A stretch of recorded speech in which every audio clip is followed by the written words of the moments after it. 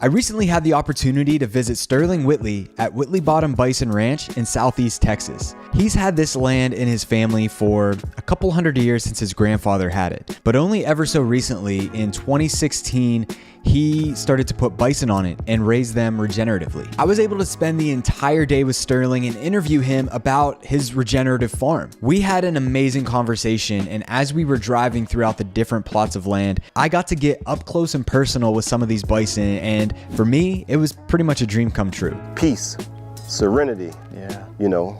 There's a calmness about it. Yeah. About them. Yeah. About being out here.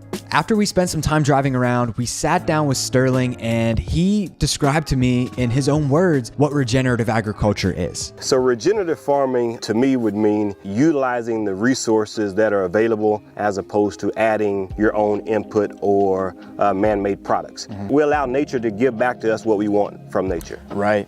And as we're driving through the plots here, there's different areas of land and you rotate them every so often so that way they don't overgraze in one area. Right. How is that better than just, you know, going out and buying feedlot cattle? So the problem with overgrazing for one reason would be you'd have no grass, and then two, you'd have a lot of unsafe conditions as far as your manure, just so your parasite load becomes higher, which means now your animals are more susceptible to becoming parasite prone. And parasites basically meaning they have something going on within the inside of them. They're sick animals. Yeah.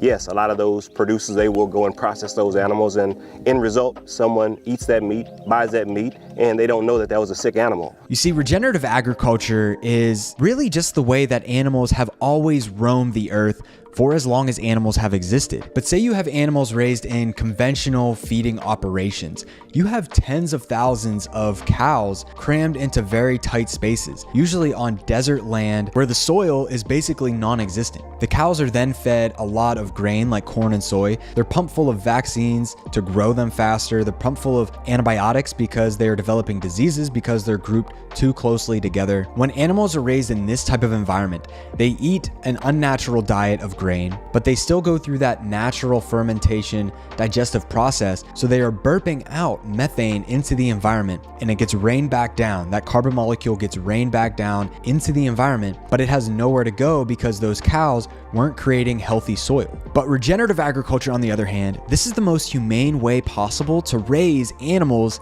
in nature. Because in a nutshell, regenerative agriculture is really just when the animals sequester more carbon into the soil than they're emitting into the atmosphere.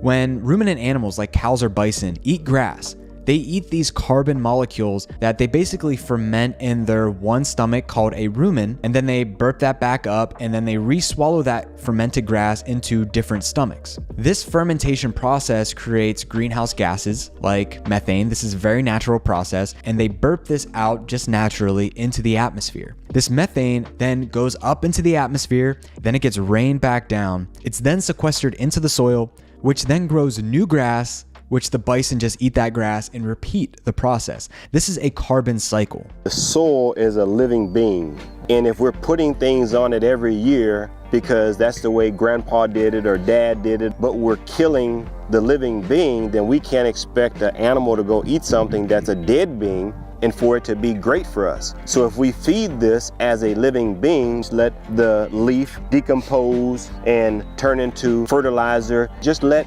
nature be nature. This soil, God created it to give the plant what it needs, and when the bison eats the plant that has what it needs, now when I eat the bison, I'm eating something that I need and I get it out of the bison. But if an animal is eating something that has no nutrition, and then I eat the animal that has no nutrition, then how can I expect to get nutrition? It just doesn't make any sense. Yeah.